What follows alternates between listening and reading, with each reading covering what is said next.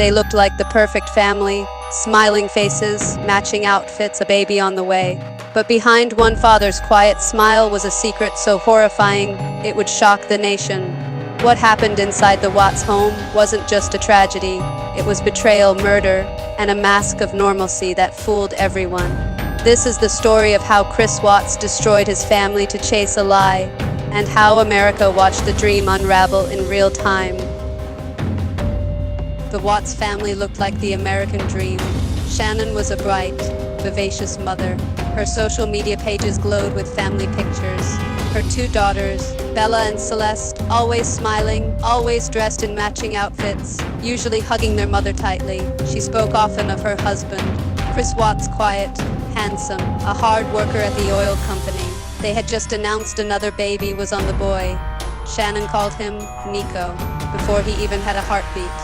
To outsiders, their life in Frederick, Colorado seemed perfect. But on the morning of August 13, 2018, that illusion shattered. Shanann didn't show up for a scheduled doctor's appointment.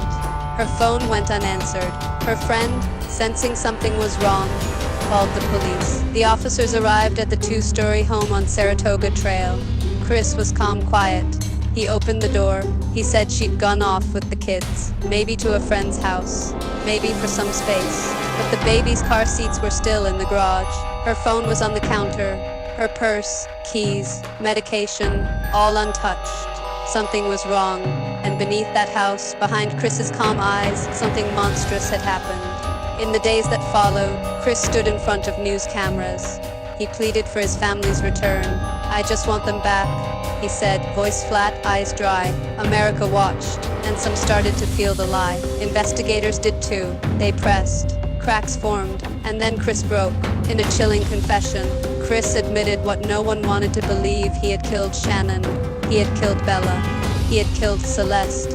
It wasn't a sudden snap, he claimed. It was premeditated.